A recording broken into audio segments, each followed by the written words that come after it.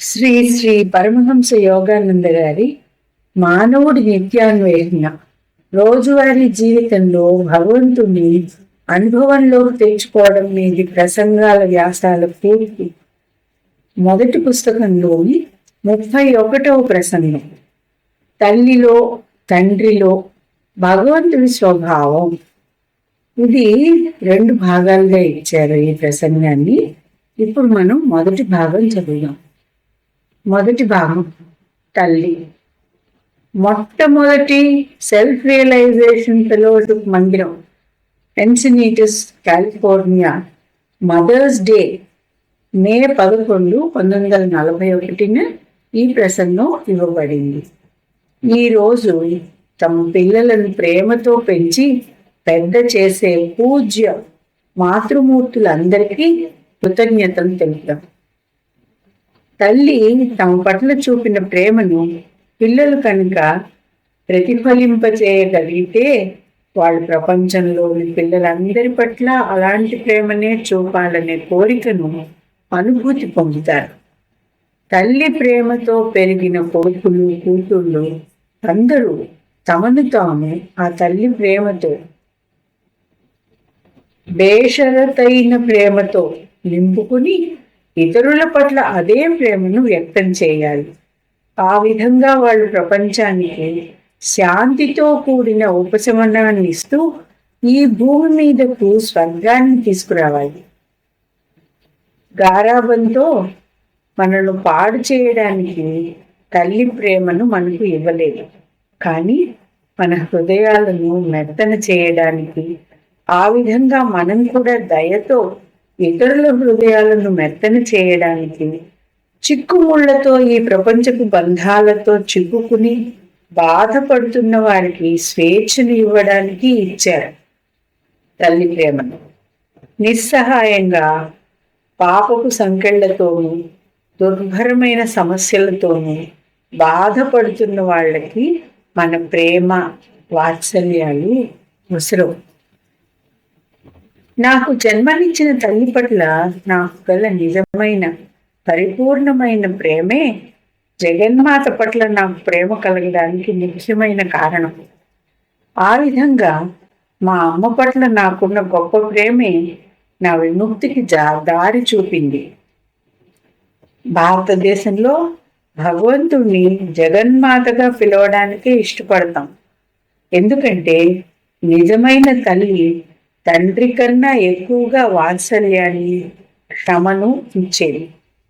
భగవంతుడి షరతులు లేని ప్రేమ అమ్మగా రూపుదాల్చింది. దేవుడు మాతృమూర్తులను ఎందుకు సృష్టి చేశాడంటే కారణమున్నా లేకున్నా తాను మనల్ని ప్రేమిస్తున్నానని చూపడానికి. ప్రతి స్త్రీ నాకు తల్లి ప్రతిరూపం. అందరిలోనూ నేను జగన్మాతనే చూస్తాను.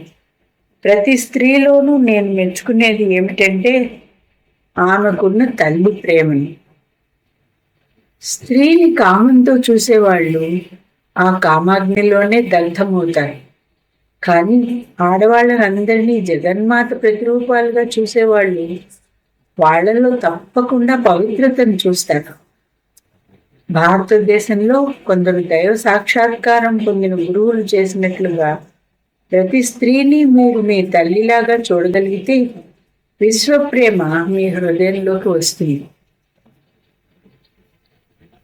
ఒక గొప్ప మహాత్ముడిని, ఆయన్ని అనుమానించే శిష్యులు పరీక్ష చేయాలని అనుకుని ఆయన దగ్గరికి కొంతమంది అందమైన వేశ్యలను పంపారు. ఆయన వెంటనే అదిరిపడి లేచి ఇలా రోధించాడు, జగన్మాత, ఈ రూపాల్లో నువ్వే నా దగ్గరకు వచ్చావు. మీ అందరికీ నేను ప్రణామం చేస్తున్నాను. ఆ వేశ్యలు సిగ్గుతో ఆయన కాళ్ళ మీద పడి క్షమాపణలు కోరారు. ఆ క్షణం నుంచి వాళ్ళు ఆధ్యాత్మికత వైపు మారారు. స్త్రీని జగన్మాత అంశగా చూసే ప్రతి వ్యక్తి మోక్షాన్ని పొందుతాడు. ఒక భర్త తన భార్యలో జగన్మాత శుద్ధమైన సౌందర్యాన్నే చూడాలి. భార్యను తల్లిగా చూస్తూ ఆమెలో అతడు అంతకుముందు కనుగొనని పవిత్రతా సారాన్ని కనుక్కుంటాడు. భగవంతుడు గనుక తమలో ఆ ప్రేమను నాటి ఉండకపోయినట్లయితే తల్లులు తమ పిల్లల్ని ఆ విధంగా ప్రేమించగలిగే వాళ్ళు కాదు. అయినప్పటికీ ఉపకరణానికి కూడా మనం మన్నన ఇవ్వాల్సిందే. ఎందుకంటే దివ్య ప్రేమ ప్రవాహం మాతృమూర్తి గుండా ప్రవహిస్తుంది. గొప్ప గురువులందరూ తమ తల్లుల పట్ల గొప్ప గౌరవం చూపారు. స్వామి శంకరులు ఫుట్నోట్లో ఈ విధంగా ఉంది. దేవ్యపరాధ క్షమాపణ స్తోత్రంలో శంకరాచార్యుల వారు ఇలా స్తుతించారు: దుర్మార్గులైన పుత్రులు చాలా మంది ఉన్నా చెడ్డదైన తల్లి ఒక్కటి కూడా లేదు. శంకరులు తన తల్లి మరణించిన తర్వాత కుటుంబ సభ్యులకు శ్రాద్ధ కర్మలు చేయకూడదని సన్యాసులకు విధించిన నియమాలకు వ్యతిరేకంగా తన చేతుల నుంచి పుట్టించిన దివ్యాగ్నిలో ఆమె శరీరాన్ని తగులబెట్టారు. ఒక ఇంటిని మానవ రూపం దాల్చిన మాతృమూర్తిగా జగన్మాత తన ఉనికితో పావనం చేస్తుంది. అది మీరు గుర్తుపెట్టుకోవలసిన ఆలోచన కదూ. దాన్ని మరవకండి. తల్లి పట్ల గల ప్రేమను నిరంతరంగా మీ హృదయంలో వృద్ధి చేసుకోండి. ఆ విధంగా ఏ స్త్రీని చూసినా ఆమెలో మీరు మీ తల్లిని చూస్తారు. స్త్రీని కామం లేని కళ్ళతో చూడగలిగితే ఆమె నుంచి మీరు ఆధ్యాత్మిక భాండాగారపు నిధులను పొందగలుగుతారు. అమ్మకు అంత ప్రేమను ఎందుకు ఇచ్చారు? ఎందుకంటే ఆమె తన బిడ్డను బేషరతుగా ప్రేమించడం కోసం. తన సొంత బిడ్డను ప్రేమించటం అనేది కేవలం ఆ దివ్య ప్రేమను అభ్యసించటమే. అమ్మ అనుకుంటుంది బిడ్డ తన సొంతమని, కానీ అది భగవంతుడి బిడ్డ. పరమాత్ముడి పిలుపు విని వినగానే బిడ్డ దూరం అవుతుంది. కాబట్టి ప్రతి తల్లి తన బిడ్డ పట్ల తాను చూపే ప్రేమను ప్రపంచంలోని పిల్లలందరి పట్ల విస్తరింపజేయాలి. కొడుకును జాగ్రత్తగా చూసుకోవడం తల్లి బాధ్యత అయితే, తల్లిని గౌరవించమని బిడ్డకి చెప్పాలి. కొడుకు తన తల్లిని మాత్రమే ప్రేమించడం కాదు, స్త్రీలందరినీ ఆ జగన్మాత ప్రతిరూపాలుగా చూడాలని నేను అంటాను. షరతులు లేని దివ్య ప్రేమ తన గుండా ప్రవహిస్తుందని, తాను ధన్యురాలినయ్యాననే విషయాన్ని ప్రతి తల్లి గుర్తుపెట్టుకోవాలి. తాను ఇస్తున్నది తన సొంత ప్రేమ కాదని, తనలో ఉన్న జగన్మాత ప్రేమను తాను ఇస్తున్నానని ఆమె తెలుసుకోవాలి. తన పిల్లల్ని చూసుకుని తాను గర్వపడాలి. కానీ కేవలం తన సొంత కొడుకులు కూతుళ్లకు మాత్రమే తన ప్రేమను ఇచ్చి తనను తాను పరిమితం చేసుకోకూడదు. ఒక తల్లి దివ్యమైన బేషరతైన ప్రేమను అందరికీ ఇవ్వాలి. మీ అందరికీ ఈరోజు నేను ఇచ్చే సందేశం ఇది. తల్లుల్లారా, ఈ ప్రపంచానికి ప్రేమను స్పష్టంగా అందివ్వడానికి ఆ జగన్మాతే మీ రూపం ధరించినందుకు, ఆ ప్రేమను మీ పిల్లలకు మాత్రమే కాక ఈ భూమి మీద బిడ్డలందరికీ ఇవ్వగలుగుతున్నందుకు మీరు గర్వపడండి. అప్పుడు మీరు నిజంగా ధన్యత పొందుతారు. నాకు ఒక బిడ్డ ఉన్నాడు, 5 పిల్లలు ఉన్నారు అని ఆలోచించడానికి బదులుగా ఈ భూమి మీద అంతటా నాకు చాలా మంది పిల్లలు ఉన్నారు అని గ్రహించండి. ఆ ఎరుకలో మీరు జగన్మాతతో ఏకమవుతారు. భగవంతుడు బిడ్డలందరినీ తన సొంతంగా చూసే తల్లి ఇక ఎంత మాత్రము మానవ మాతృమూర్తి కాదు, ఆమె జగన్మాతే అవుతుంది. మహాత్ములైన మహిళలందరూ ఇలాంటి వారే. ఒకరోజు వాళ్ళు గ్రహిస్తారు, నా బిడ్డ పట్ల నేను అనుభూతి పొందే గొప్ప ప్రేమను ఇప్పుడు నేను అందరి పట్ల అనుభూతి పొందుతున్నాను.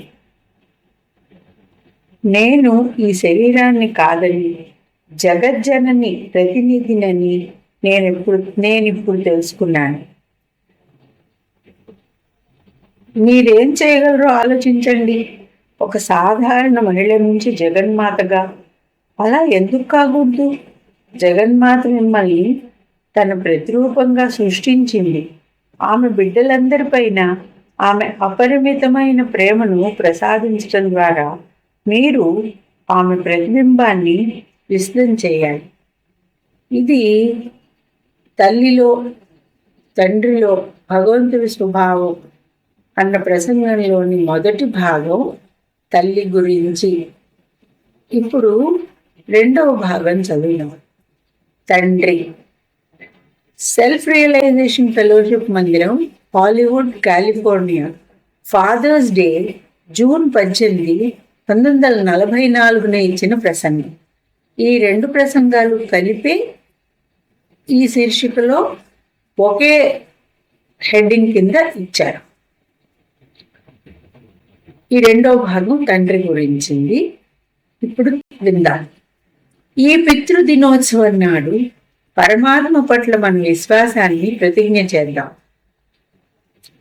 మానవ తండ్రి ప్రేమ ఎప్పుడూ బేషరతైనది కాకపోయినప్పటికీ అతడి ప్రేమ జ్ఞానం ద్వారా మార్గదర్శనం పొంది నియమం పట్ల గౌరవం కలిగి ఇతరులను కాపాడాలని కోరుతుంది.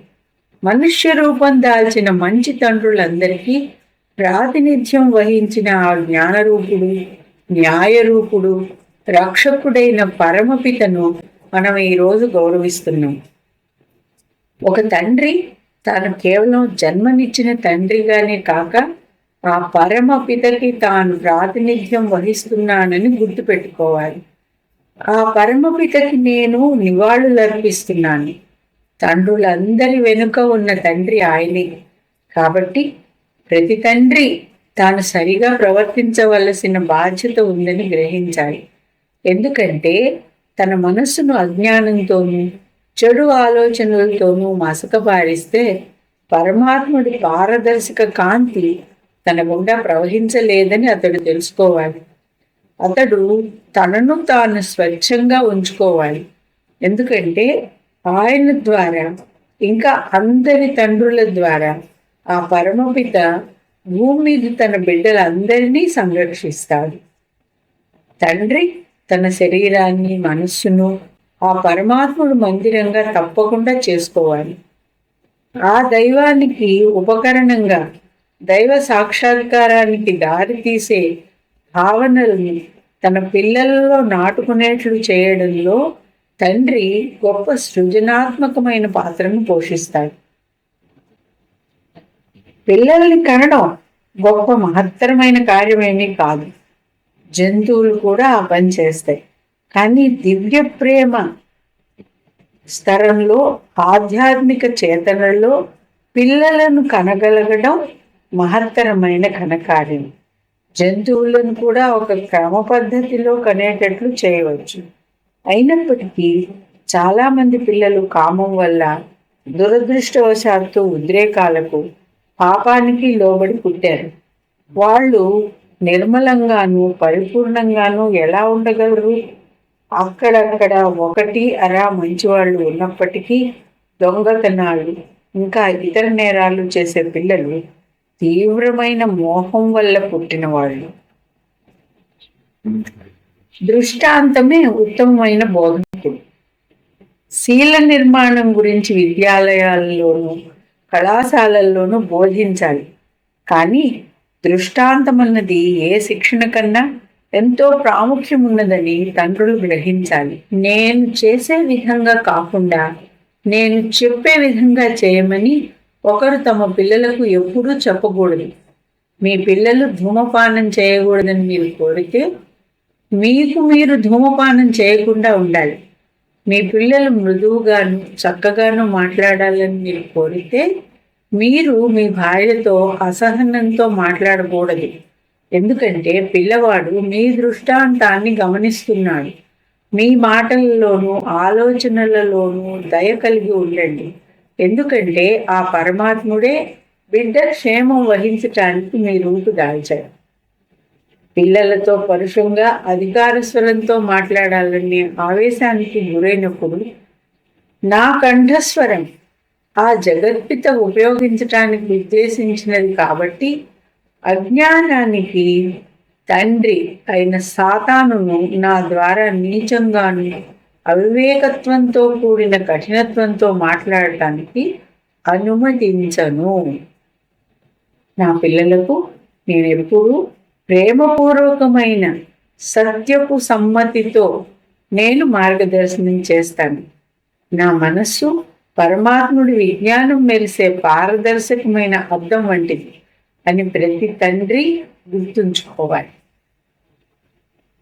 ఈ భూమి మీద శాంతిని తీసుకురావడానికి మనం తండ్రి అయిన భగవంతుడి జ్ఞానాన్ని, తల్లి వంటి భగవంతుడి ప్రేమను ఉపయోగించాలి. ఒక మంచి తండ్రి తన పిల్లలను తానే చంపడానికి ఎన్నడూ ముందుకు రాడు. అన్ని జాతులలో, దేశాలలో ఉన్న తన పిల్లల సంక్షేమాన్ని కోరే ఆ పరమాత్ముడి ప్రేమతో తండ్రులందరూ తమ హృదయాలను నింపుకున్నప్పుడు ఇంకా యుద్ధం అనేది ఎలా ఉంటుంది? అన్ని యుద్ధాలకు శుభం పలికే ఆధ్యాత్మిక ఆయుధం ప్రేమ. ఈశ్వరుడికి నా స్వరాన్ని, నా కళ్ళను, నా చేతులను, నా కాళ్ళను, నా హృదయాన్ని, నా శరీరాన్ని, నా భావాల్ని, నా సంకల్పాన్ని, నా అస్తిత్వాన్ని నేను అంకితం చేశాను. మీరు అహాన్ని నాశనం చేసినప్పుడు ఆ పరమాత్ముడు రక్షణ చేకూర్చే స్వభావం, వివేకం మీ ద్వారా పనిచేస్తున్నట్లుగా మీరు గ్రహిస్తారు అని తండ్రులందరికీ నేను విజ్ఞప్తి చేస్తున్నాను. 31వ ప్రసంగం. తల్లిలో తండ్రిలో భగవంతుడి స్వభావం ఇంతటితో సమాప్తం. మాతా నాస్తి, పితా నాస్తి, నాస్తి బంధు సహోదర, అర్థం నాస్తి, గృహం నాస్తి, తస్మాత్ జాగ్రత్త జాగ్రత్త జాగ్రత్త.